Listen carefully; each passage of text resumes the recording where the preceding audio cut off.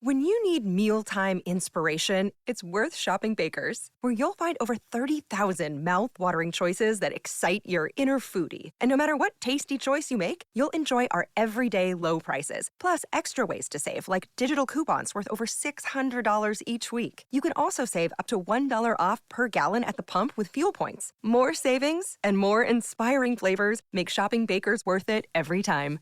Baker's, fresh for everyone. Fuel restrictions apply. You're listening to the Archaeology Podcast Network. You're listening to the Archaeology Show. TAS goes behind the headlines to bring you the real stories about archaeology and the history around us. Welcome to the podcast. Hello and welcome to the Archaeology Show, episode 266. On today's show, we talk about a controversial pre-Clovis site, human remains in lava tubes, and what really happened at Castle A. Let's dig a little deeper, but I'm not publishing this article. God. Hey everybody, welcome to the Archaeology Show. We're here. We missed a week again. So apologies. It's just been a lot of travel. That was our last 600-mile drive weekend for a while. It was. For like the rest of the year, probably.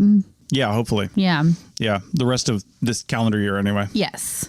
Yeah, so it's really hard to record on those weekends, and we work so much during the week that it's hard to record during the week. So, although, ironically, now that we're on the East Coast and a lot of our work schedule is West Coast based, our kind of new recording time is Monday mornings. True. Yeah. We'll see how well that goes for us, because it means we have to be prepared to record before Monday morning. Yeah. So we'll see. But we get an extra day on the weekend to do that. So that's true, because we're not driving every day.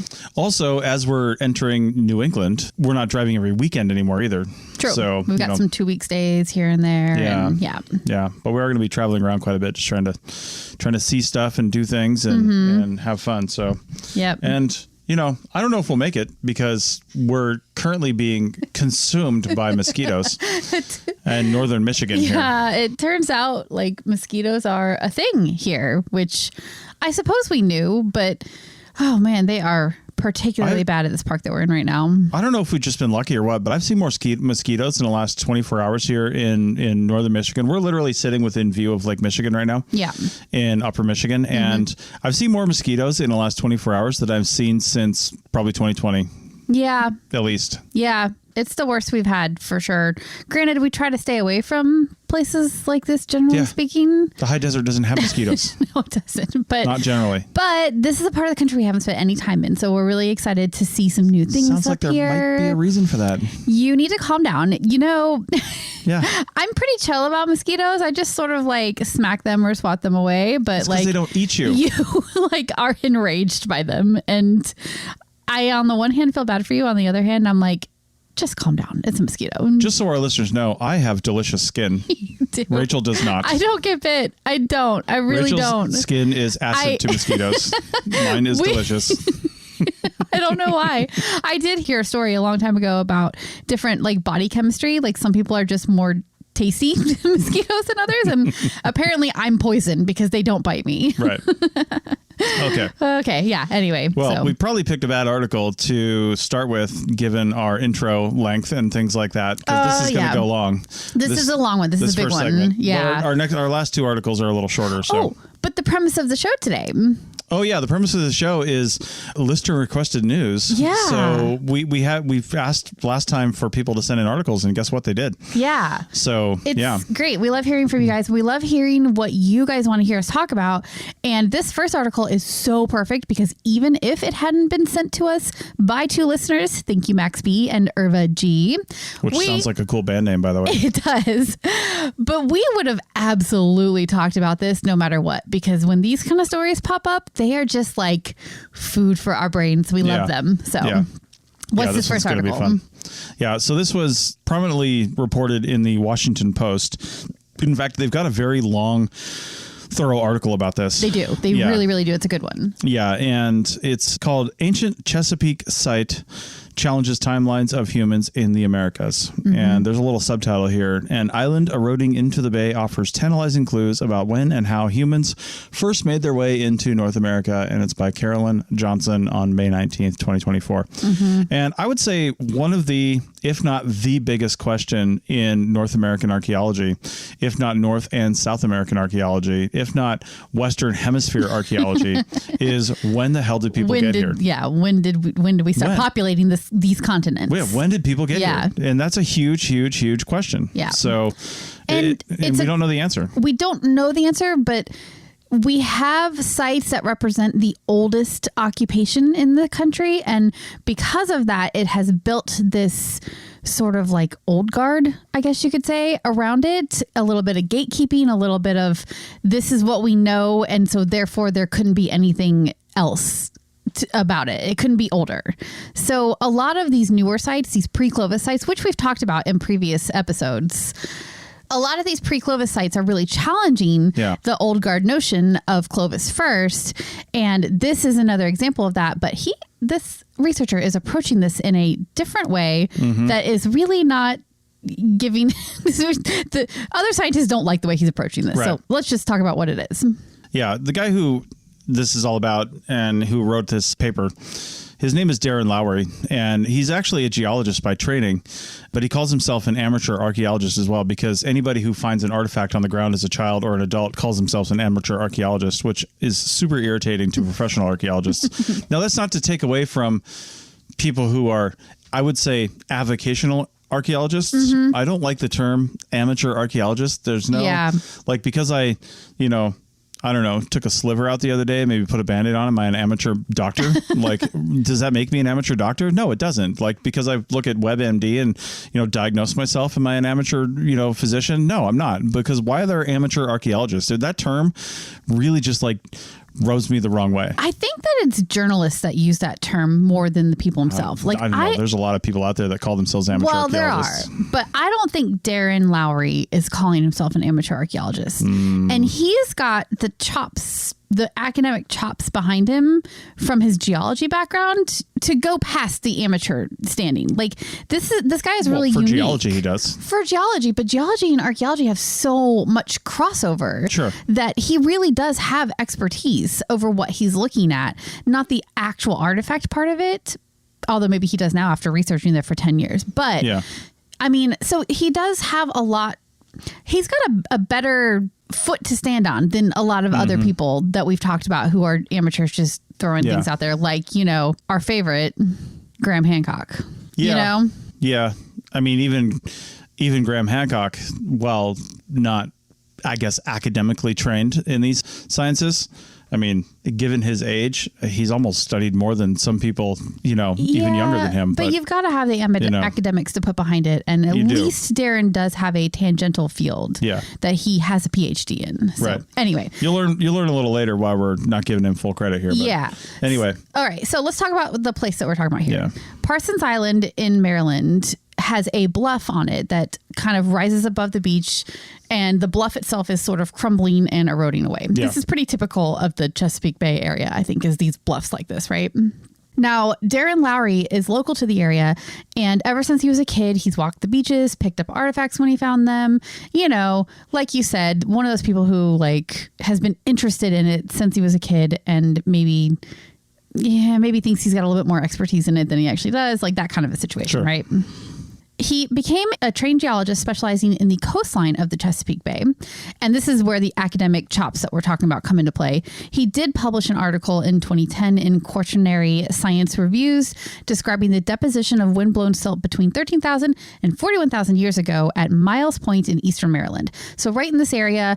And he's also working in the time period when early people were coming to this part of the continent, So he does have experience that crosses over into archaeology.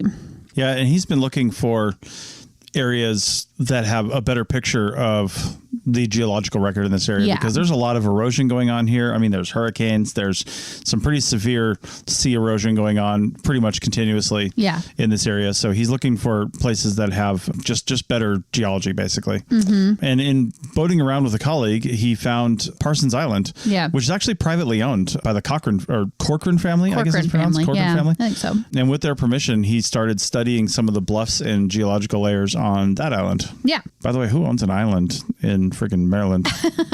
They are likely very rich, and they use it as like a retreat. They don't even live there. So, of course they do. So he built a team around this work that he wanted to do with filling in like the geological picture of this area. And it sort of seems to be like this motley crew of collaborators working together, right? That's how it started anyway. Yeah. And then in 2013, they found a leaf-shaped prehistoric stone tool jutting out of the eroding bluff. So kind of still in context at that point. Sounds like it's in context. Yeah. And so this is where they use their geological expertise to sort of like be able to start saying things about this. They think it's in context, and then based on its location and what they already knew about the dates of the geologic layers above and below it, they knew that it was older than the Clovis time period, which is in the, 10 to 12,000 years ago date range, right? They knew that this was older. It had to be older because of the layer, the stratigraphic layer that it was embedded in. Okay. Yeah. Yeah, they used two different methods to date the sediment around the artifact, both of which came in around 20,000 years old. Which is much older than Clovis. Yeah, which is quite a bit older. Yeah. They conducted a formal top-down excavation and recovered 286 artifacts. Yeah. They sent the sediment out to labs to study ancient pollen and microfossils, which is, pretty well-established sciences. Yeah. And I don't think they have the results back of that yet either. Because they didn't really talk about it anymore, just that they have done it and are awaiting that. Well, I mean, if they did this in 2013, I hope. Well, they've been excavating since then. Yeah. The paper that this is based on was actually published in 2021, and we'll talk about where it was published in a second here. But so it's ongoing work. But yeah, he does think some of the artifacts may have been transported downslope on that bluff a little bit before they were buried, and may have a date range of 15 to 20,500 years old, give or take. Yeah, which is possible. So.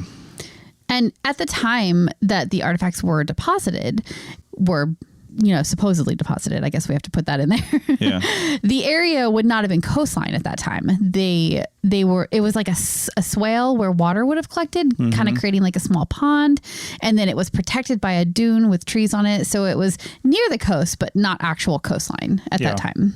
This would have been during the last glacial maximum, which means the peak amount of glaciers in the world, which means the lowest sea levels. Correct. Yeah. Yeah. Yeah. And right now we're on the rise again. So that's part of why these sites are in danger, is because of light bulbs. We're on the rise again. Yeah. Yes.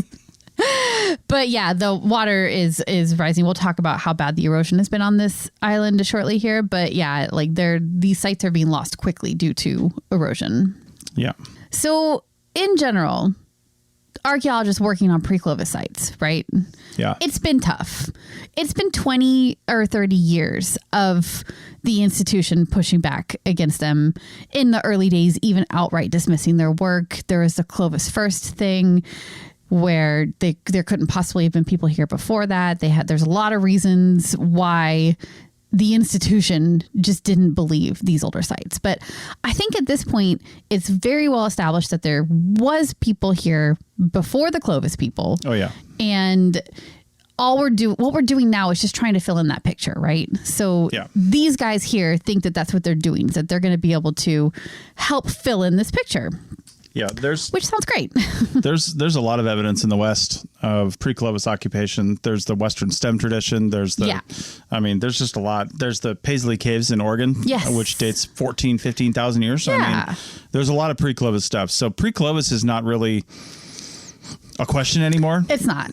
I mean, and we'll get into this again a little bit more, but one of the reasons people kind of stick to their guns in academia is because they a lot of people build their careers on these things. They do. And it's difficult to walk back something you built your career on because you've got a lot of academic integrity built on it.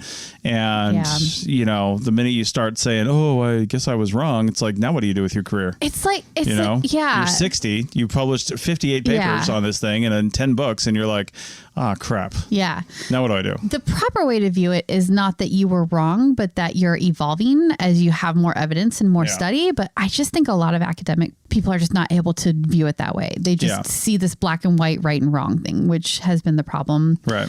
But our buddy here, Darren, he's a bit rogue.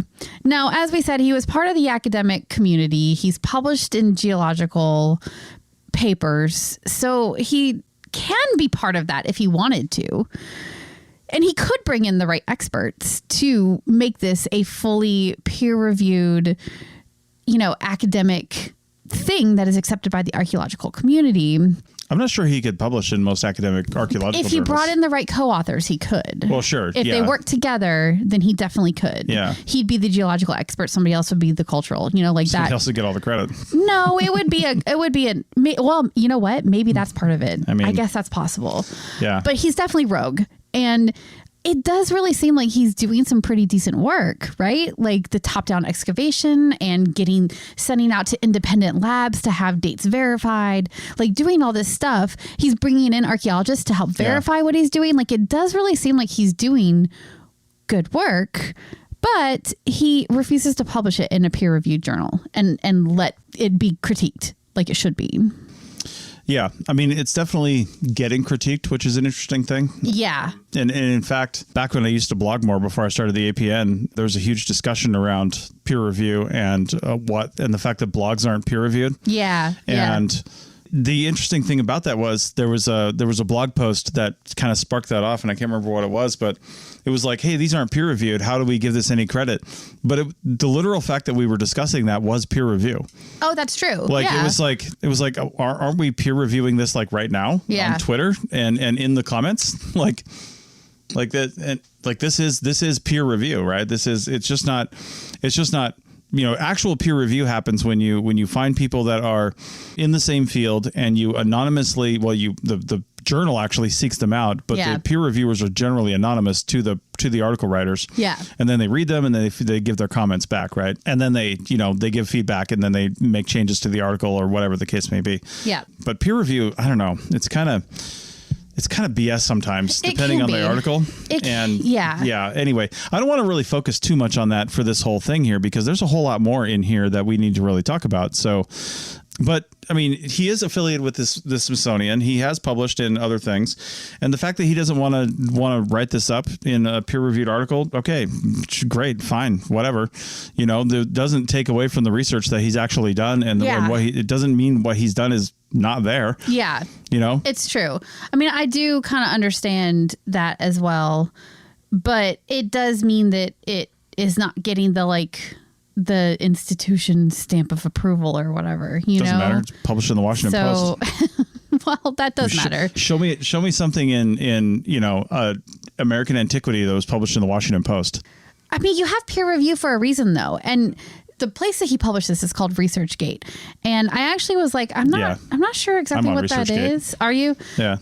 So I looked up ResearchGate and I was like, what is this place? What are the academic institutions saying about it? You know, what is it? And according to American University in Washington, D.C., ResearchGate is a business that hosts open access research. It's neither a publisher nor a journal, and it's a popular hub on the web for sharing academic publications, but there is no editorial review board, and they don't require that the articles be peer reviewed. No. So it's basically like a social network for research. The blog. I know. It's like a slightly more official blog. Yeah. So his thesis here his paper is, 200 and some odd pages long. Like, yeah, that's great. He put a lot of work into it. It's just that if he made mistakes, if he did things wrong, if he drew conclusions or made assumptions that he shouldn't have because he's not an archaeologist, there's nobody stopping that from getting published, right? Like you would have in a peer-reviewed situation where they send back their notes and review, right? Yeah. So that is not happening. So you do kind of have to take everything in there with a grain of salt. You just do. Right. I mean, again, I will say this one more time. First off, plenty of articles get through the peer review process that probably shouldn't. Oh, yeah, it happens. And second, That's the peer true. review process came around in an era before the internet when this had to happen. So somebody could check through your results. So somebody could check through this thing. When this is now on the internet, it was published by the Washington Post and who knows who else. This is getting read by archaeologists. This is on the Archaeology Podcast Network, which, let's face it, now he's arrived somewhere. I mean, the Washington Post is one thing, but now it's on the APN. I know. So sorry, Darren, for your new fame, but here it is, ready for followers. But I mean, the point is, it's now out there, and if there is anything, it's going to be found. And all these people that are quoted in the article is saying, "Oh, I'm not going to lend any credence to this because it's not peer reviewed." Well, that's fine. You can sit there in your little ivory tower and not do that, but like 1,000 other people are going to read it, right? And they are going to look at this, and they are going to, say something about it. So somebody's going to find something, and that's how the internet works. That's how the modern day of 2024 works. So yeah, well, you're not wrong about that. Like that, and that is definitely happening already, right? So like, if you look at the paper on ResearchGate, like it's been read, according to this number, 17,511 times. So people are reading it. Access that many times. Or access that many times. Yeah. So people are reading it. And there is some criticism that's coming out that was quoted in the articles that we linked to. Mm-hmm. I think Washington Post and the Business Insider was the other one. They both did a really good job of covering the article. Yeah. But some of the skepticism, some of the criticism is that the artifacts were found after they had eroded out of the bluff and therefore were out of geological position. Right. They say that 9 of the artifacts were found in situ. And then of those 9, only 3 were able to be dated by charcoal found near them. Right. So you're taking like a really big sweeping statement and talking about 200 and some odd artifacts and then boiling it down to 3 that you're actually able to pull dates off. I mean, that's not the first archaeological site to do that. I know. But like, you're really hoping that those artifacts were actually in place, were actually in situ, and didn't get dragged around by water movement or erosion or wind or whatever before they got deposited where they were. So, I mean, I'm pretty sure the entire Clovis type site was based off of one artifact pre-carbon dating. I know, but there's been so many more since then that like, I think we're good. I know. Yeah. Also, and this was the thing that was almost the biggest takeaway for me, because like, yes, he's doing work that seems pretty good, but he refuses to allow his peers to review it before publishing. So like, that's a little bit problematic, but whatever. The thing that gets me here is that we are losing these sites quickly. Yeah. And if people like Darren don't go out and excavate them, then we might not get that information at all. Mm-hmm. So if researchers had gotten to this site even just a couple years sooner, they might have had a more intact site to uncover. The coastline is eroding by about an acre a year. The island was 173 acres in 1899, 98.4 acres in 1993, 76.1 in 2013, and now not now, but 6 years ago in 2018, 70.1. Like, this island is rapidly disappearing. And as it disappears, it's taking its artifacts with us. So like, global warming is real. Our coastlines are eroding. And if we don't get to these coastline sites before they're gone, then we're losing all this information that could be filling in the picture for us. So there's a part of me that's like, good for you, Darren. Like, at least you got this information collected before it disappeared. Yeah. It is something, and let's talk about that. And I know we're going super long on this segment, but I got a lot more to say. So, because there's a lot of stuff that we talked about in here, and there's a lot more that this article actually talks about, because they actually bring up DNA in this article as well. One of the really strong pieces of evidence for the earliest peopling of the Americas is the genetic clock theory of Native Americans, right? Mm-hmm. So when you test Native Americans, and Joe Watkins, actually, who's been interviewed on numerous occasions on the APN and different shows, who is a former president of the Society for American Archaeology, who was also on Time Team America. He's, I think, currently working for a CRM firm or something like that in the Southwest. He was quoted in this article about Native American DNA. But the genetic clock theory, when you look at DNA, says if you walk back DNA, for people who are smarter than me and actually understand this thing, you can look at it and say, well, the DNA of Native Americans, when tested in general, looks like it came from people in, Siberia and northern China, that kind of thing, right? Like when you walk it back, the DNA is 10 to 15,000 years old, which fits with some of the Clovis and slightly pre-Clovis stuff, right? So that all fits. And it does fit with the population explosion when you look at it of, hey, we've got Clovis showing up on scene, and Clovis explodes across the North American continent, explodes across South America. It goes all over the place. Bam. All of a sudden we have people all over North and South America. Yeah. What the hell happened? Right. And then we've got these sites like Monteverde and all these other stuff. I mean, Meadowcroft, Cerruti. Yeah. No. I thought we were going to get away with this whole segment without you using that stupid word. Anyway, we've got all these older sites that are just, and let's say Chesapeake, maybe even. Yeah. But we've got all these older sites that are these like one-offs, and it's extremely probable that they were just, that we got kind of lucky hitting a needle in the haystack, archaeologically speaking, when we found, an initial contact point when people tried to get here, tried to populate in this really harsh environment, this glacial maximum time frame, when glaciers were really far down into North America. It was a really harsh environment, and they just simply didn't survive, or they didn't survive in quantities that were identifiable in the archaeological record. And then when the glaciers started to recede, more people started coming through the ice-free corridor, and then possibly down the so-called Kelp Highway down through Alaska and Canada there, and really started populating in, that the archaeological record started filling in more, and we could really start seeing people expressed more like that.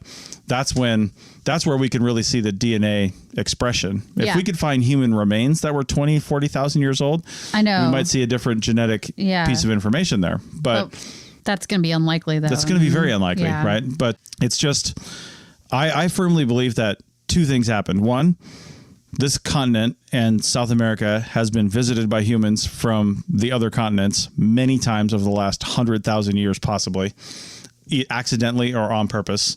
And two, some of those lasted and are just not archaeologically expressed because they weren't big enough populations. And two, well, that was it. I think that was the two. They were visited and either didn't last, or they lasted and weren't big enough to be expressed archaeologically. Yeah. I mostly agree with that. I'm not sure about 100,000 years. That goes back a little far for me. There's been multiple ice ages, multiple times when that could have happened. There has been, but it does seem more like the 20,000-ish year mark seems more likely, just based on the evidence that we have. Even these really old pre-Clovis sites don't tend to go back too much further than that. The footprints in white sands are in the 20,000 range. So, and a lot of these sites are, the methodologies are sometimes questionable. The conclusions they're drawing are sometimes questionable. So, but the thing is that all of that was true of Clovis when it first popped up too, because it was brand new and we were still trying to figure out, the whole picture. And then we filled in that picture with more sites. And I almost feel like we're in the middle of doing that right now. We're filling in the picture of the earlier peopling of the Americas than Clovis. And it seems unsure right now. It doesn't seem totally clear. And we're still trying to fill that in. But I think it's happening and it's coming soon. It would be great if everybody got on board with like the same, put it through the academic ringer and publish in a place that makes sense so that it can all be grouped together. Because this research right here, regardless of how good it was done, regardless of, how many people think that it's legit, it's never going to be included with everything else because it didn't pass academic muster. They didn't try to. They could still try. Somebody could go there and try to do this or do work after the fact. But being a rogue like this might be great for taking credit. He gets credit for it. It's his name, not some archaeologist's name on this paper. So great for that, I guess. But it will never be included with the rest of the pre-Clovis sites. Not in the same way. It'll be a footnote as maybe, but they didn't do it the right way. So we can't say for sure. I'm not sure I agree with that.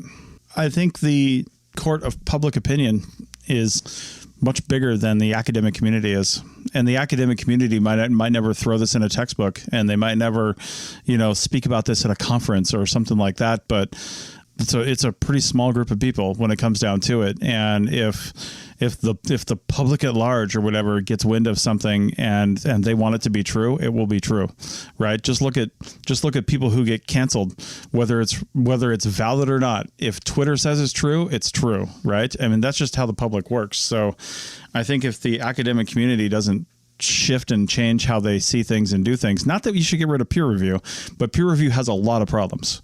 Peer review has a lot of problems. Yeah, nobody's disputing that. I mean, there's been talk before about how peer review, people have shot down articles because they see it as competition. Yeah. Because they know they're anonymous. Totally. So I think the peer review system very much has a problem, and I understand why he wasn't interested in submitting this work to that, institution. I get it. Yeah. But I still think public opinion might feel like this is a real site, but in the end, they're not the ones that are doing the future research that is filling in this picture of the peopling of the Americas. And the people that are doing that work, the academics that are doing that work, are going to look at this, think, can I cite this? Can I include this in my work as actual a citation?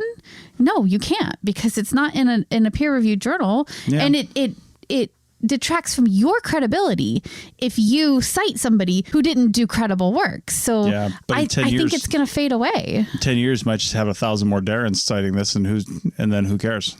Maybe not. This guy Darren published a 260-page report. How many people are going to do that and get no credit for it? The more people that get published in the Washington Post, the more people are going to do that. I don't know. So, and he works with the Smithsonian. He doesn't work at it. He's been affiliated with it. Well, yeah. Like, they might have given him some money is probably what that sounds like. Well, they don't just give anybody money. Yeah. So, all right. Anyway. Well, I think somebody buried all the secrets in a lava tube. Let's go find out what's in there. Okay. Back in a minute. Is your vehicle stopping like it should? Does it squeal or grind when you brake? Don't miss out on summer brake deals at O'Reilly Auto Parts. O'Reilly Auto Parts. People are driven by the search for better. But when it comes to hiring, the best way to search for a candidate isn't to search at all. Don't search, match with Indeed. The hiring process can be slow and overwhelming. Simplify hiring with Indeed. Indeed is your matching and hiring platform. With over 350 million global monthly visitors according to Indeed data, and a matching engine that helps you find quality candidates fast. Ditch the busy work. Use Indeed for scheduling, screening, and messaging so you can connect with candidates faster. Join more than 3.5 million businesses worldwide that use Indeed to hire great talent fast. Listeners of this show will get a $75 sponsored job credit to get your jobs more visibility at Indeed.com/PODKATZ12. That's Indeed.com/PODKATZ12. Terms and conditions apply. When you need mealtime inspiration, it's worth shopping Baker's, where you'll find over 30,000 mouth-watering choices that excite your inner foodie. And no matter what tasty choice you make, you'll enjoy our everyday low prices, plus extra ways to save, like digital coupons worth over $600 each week. You can also save up to $1 off per gallon at the pump with fuel points. More savings and more inspiring flavors make shopping Baker's worth it every time. Baker's, fresh for everyone. Fuel restrictions apply. Welcome back to episode 266 of the Archaeology Show. And after that marathon session... I know. Just kept talking. A lot of disagreements in the last segment. That's cool. Whatever. All right. So we're headed into another Max B submitted article. Thanks, Max. So this one is called Archaeologists Found Human Remains in Lava Tubes, Filling in a Secret Historical Gap. And this was published in Popular Mechanics. Yeah. And this is another one where I saw this article and I thought that's really cool. And then I was super glad to see that a listener was interested in hearing about it too. So yeah. Yeah. This was also published in PLOS ONE, an academic journal, unlike Darren's article. And We've linked to that as well, so you can Yes. check that out. Yeah. But this is a tunnel system in Northwest Arabia, so that's pretty cool. Lava tubes. Actually, it looks like it could be any lava tube just about anywhere we've been. Yeah, we Just went, looking at the pictures. we went into a lava tube not too long ago. It was out in Idaho, I think, right? Yeah, lava beds. Craters of the Moon. Craters of the Moon. Yeah, Yeah. that's right. Any slaps you guys might hear, by the way, or us just destroying mosquitoes as they try to destroy us? It's a constant battle here. Yeah, we are engaged in a war. Yeah, we're inside and yet somehow they're coming in. So Yeah. anyway, so this article, what it aimed to do was show what kind of human occupation was happening in these lava tubes. Yeah. And the basic gist of it is that it shows that for the first time that they were occupied by both humans and livestock animals in various circumstances and throughout, a long period of time as well. All right, that's it. Segment 3 will I be. know. No, I'm just kidding.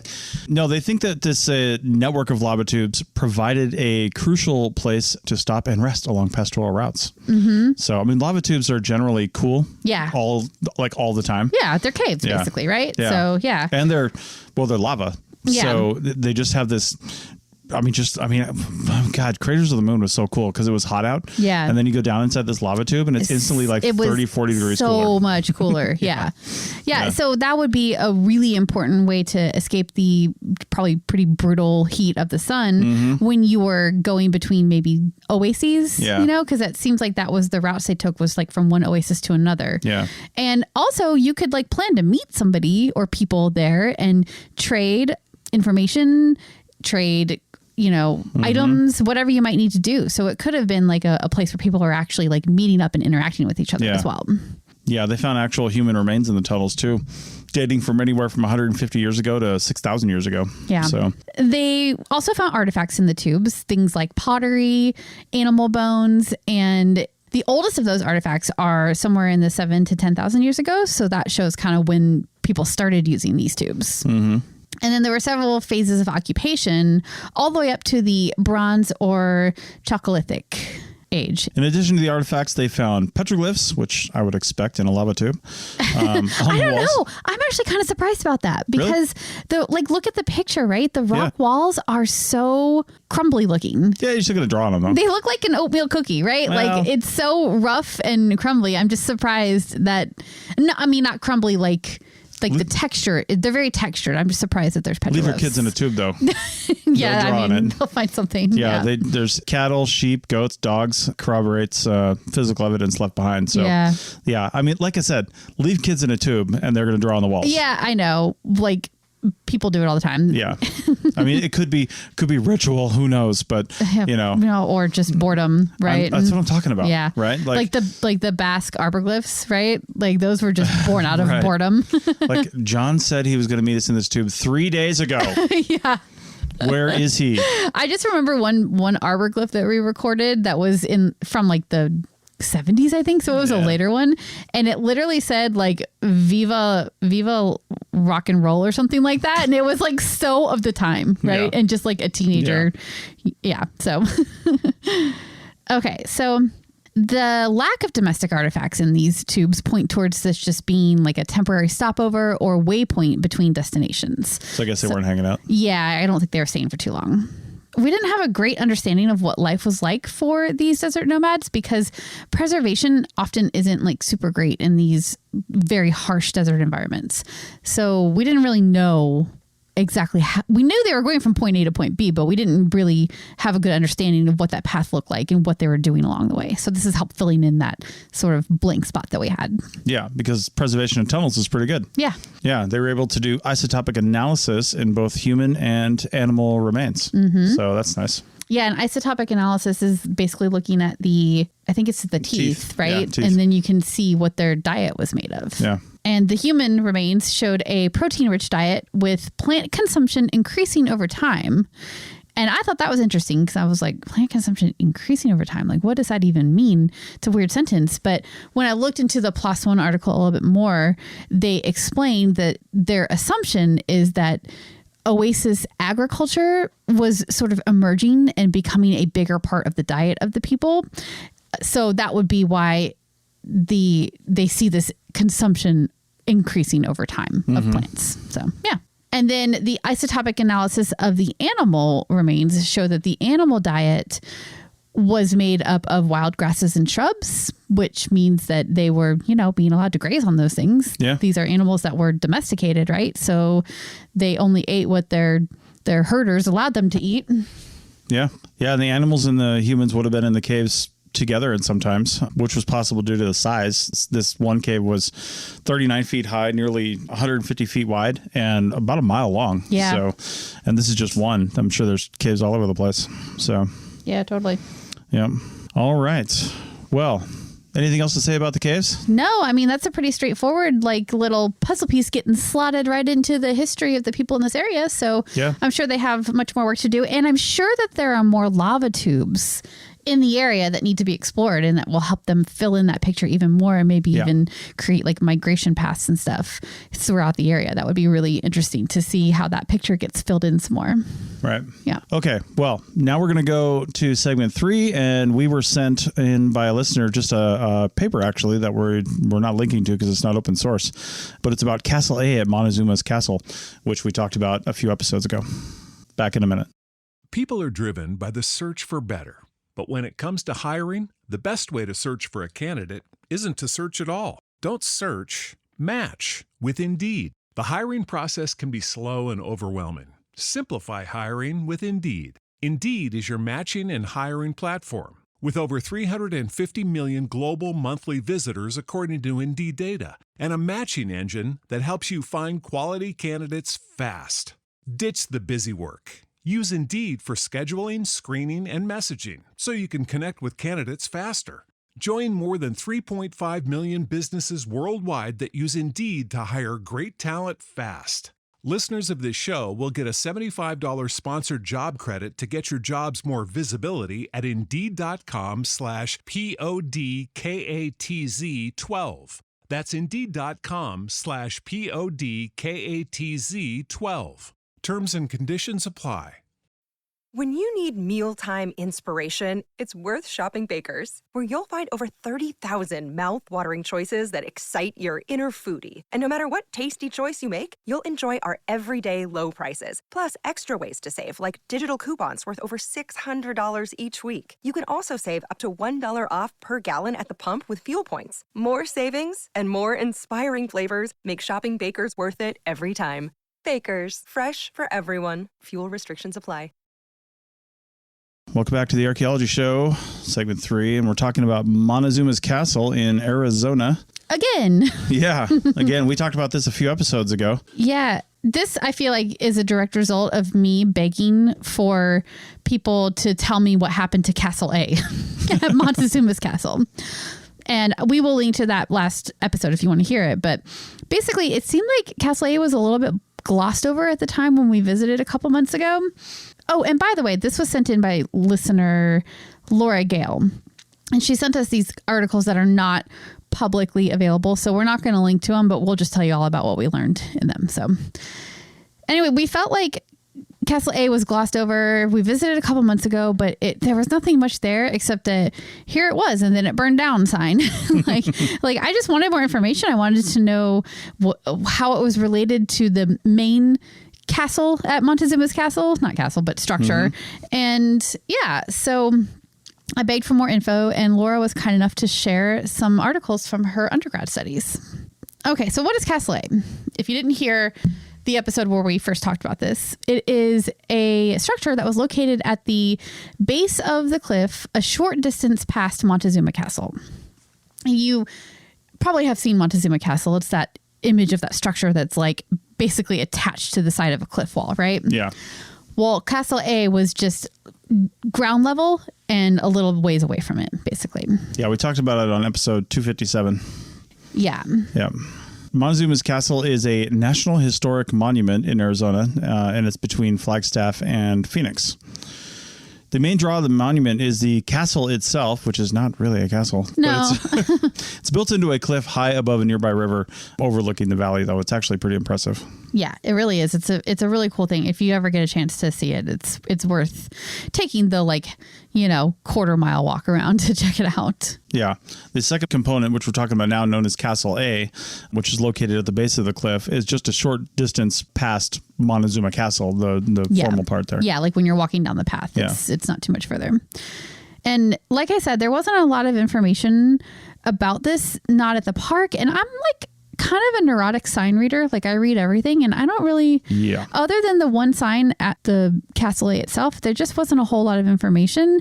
And then when you look it up online, the most you could find is that it was at one point a large structure. It had as many as 45 rooms. It was 5 stories tall, and it looks like a fire destroyed it. And that's sort of full stop. And that's all we know about it. Yeah. And then we get this gem of an article that Laura sent us, and it is great. I just love everything about this article. It has everything that I love about old archaeology versus new archaeology, and how our ideas evolve over time and that kind of thing. So the article is called 2 to 4 inches of lime dirt, public archaeology and the development of old and new interpretations at the Castle A site, Montezuma Castle National Monument. And it was published by Matthew Gouberd. So Castle A was originally excavated by NPS, or National Park Service, archaeologists in 1933 and 1934. And when they did this excavation, they determined that because there were 2 to 4 inches of sediment on the floors of the rooms, this meant that the fire had burned long after it was abandoned. And it's an assumption that seems to make some bit of sense, right? There was burning roof material, then these 2 to 4 inches of sediment on the floors, and then the actual floor in a lot of the rooms, right? So that was the assumption that they drew at that time. Yeah, I mean, in the desert, it takes a long time for 2 to 4 inches of sediment to accumulate on top of something. It can. Yeah, it can, unless there's a massive dust storm or something. Yeah, or it can happen quickly. It just depends. But yeah. Yeah. So this new paper, and I'm saying new with big quotes around it because it was actually published in 2015. So it's been a little bit since it was published. But what it did was it looked at the assumption created back in the 30s and sort of argues for a different series of events that culminated in the fire, basically. And this would have all happened at the end of the 14th century. Yeah. And that's not to take down the work that was done in the 30s either. They do say in the paper published in 2015, that these guys in the 30s really did exceptional work for the time. They documented everything they did very well. They have great drawings, and everything they did was right in line with the kind of excavation that was happening at that time, or even better.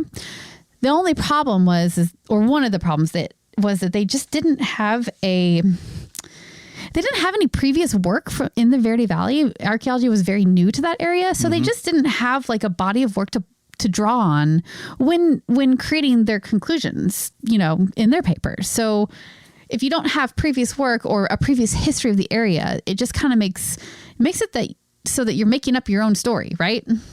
So there is a fantastic plan view of the castle in the article, and I'll just kind of try to describe it really quick since we're not sharing this. But if you've seen Montezuma Castle, you see that it's sort of high up on the wall, right? You have to climb ladders or something to get up there. This one would have been at the ground level, and level 1 is basically like a river terrace kind of a thing. And then they built the walls up from there, and the first 3 levels are almost more constructed of these built walls with the backside of them into the cliff. And then by the time you get to the 4th and 5th levels, that's where they're really carving out the holes that become these rooms that are higher up on the cliff, right? So that's sort of how it looks in the image. And the early archaeologists in the 30s, they excavated 9 rooms, and they also dug several test trenches in the immediate area. Yeah, they stabilized some of the wall sections and reconstructed a room on level 2. Inside, they also found 28 human burials along with many artifacts. Yeah, there's a lot of stuff that they found in that time. Yeah, it's pretty common for actually quite a few, I think, Native American cultures to bury some of their human remains within actual living areas. Yeah, true. But there are some interesting things about some of these human remains, which we'll get to in a second here. So the author points out here that the main objective of this excavation was to uncover artifacts for display in the museum. Yeah. Like that was what they were trying to do with this excavation. So you have to kind of take that with a grain of salt. Like, yes, they were also doing academic study and they published their work on it. But this was like a bit of a salvage operation to get artifacts for display. Yeah. So of the 9 rooms they excavated, 7 of them had burned roof material. Then below that is the sort of contested 2 to 4 inches of sediment. And that is what led them to conclude that the structure burned after it had been abandoned. Yeah. And the study is sort of reassessing these stratigraphic layers in the rooms. And they use the artifacts and also the field notes from the initial excavations to sort of reassess and sort of rethink what might have been going on, right? Yeah. And one of the things that the original excavators wouldn't have known is that these rooms sort of went through a kind of common cycle of being used for one thing, falling out of use for a while, and then coming back into use, and often for a completely different purpose. So because of this sort of cycle with these rooms going in and out of use, it means that sometimes you would have a natural buildup of soil or sediment or whatever trash from disuse. So that happened, and they have evidence of that in other sites that they can cite, which they didn't have available back in the 30s when this was first excavated. Yeah. So for example, room 1A had 2 surfaces, right? It had a bedrock floor, above that the 2 to 4 inches of compacted sand and lime dirt, and then above that a layer of fill containing pottery, sherds, and trash. And the new article is arguing that this indicates that the room was abandoned, accumulated some sediment, and then briefly reoccupied and used as a trash dump until, it was destroyed by the fire. Mm-hmm.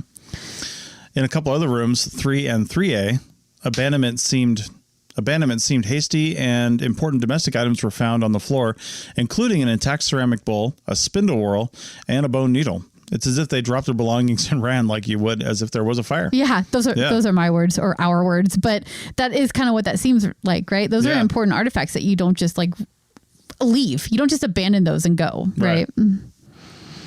So the other thing that they bring in as evidence that maybe this couple inches of sediment got there in a different way is that there's water activity that affected the stratigraphy, and that can throw doubt on whether or not the 2 to 4 inches of soil was, put down by abandonment. It could have been put there by water activity. Sure.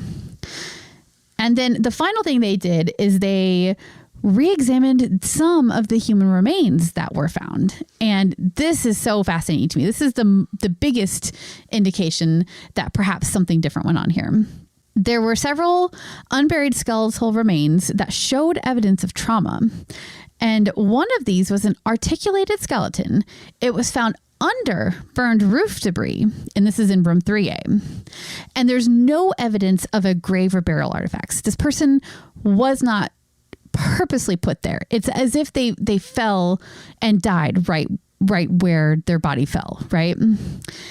And then below that is the floor of the room and all that. So that's interesting, right? It's kind of like somebody just they died in a fire, sort of what that seems like, right? But they also had evidence of trauma on their skeleton.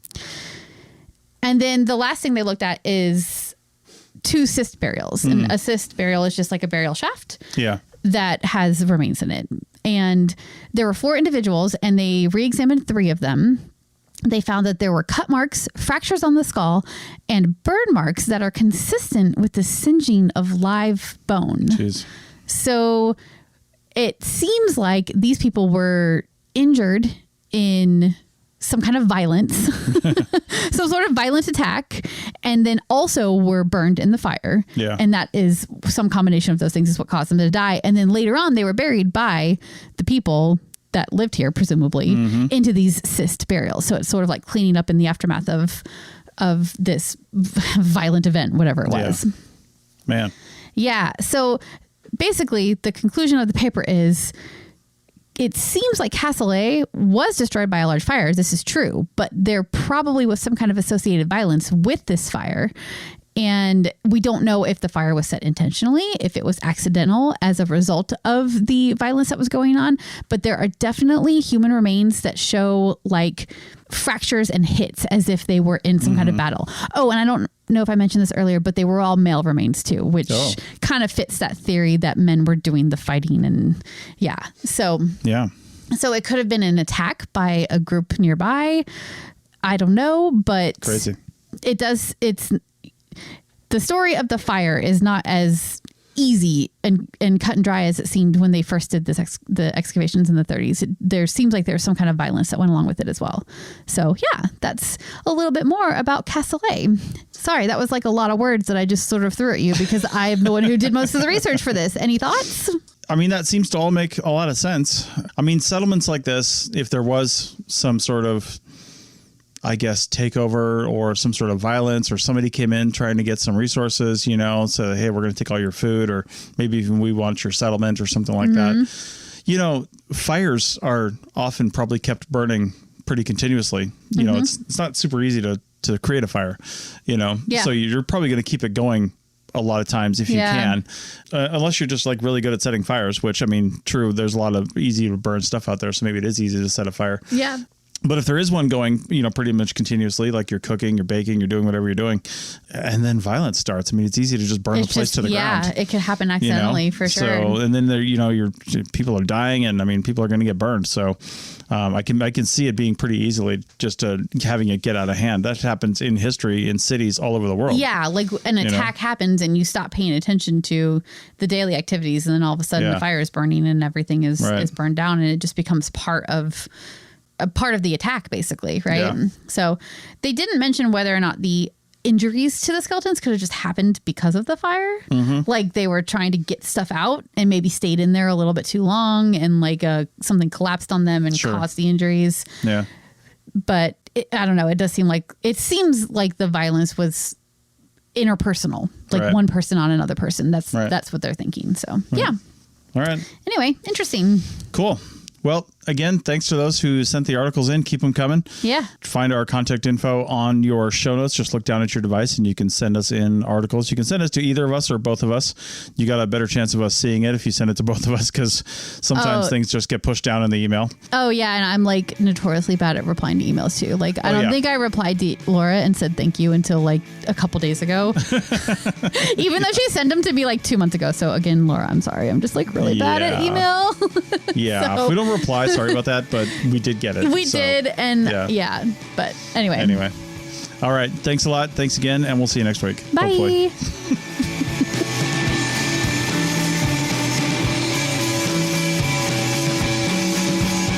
Thanks for listening to The Archaeology Show. Feel free to comment and view the show notes on the website at www.arcpodnet.com. Find us on Facebook, Instagram, and Twitter at arcpodnet. Music for this show is called I Wish You Would Look from the band Sea Hero. Again, thanks for listening and have an awesome day.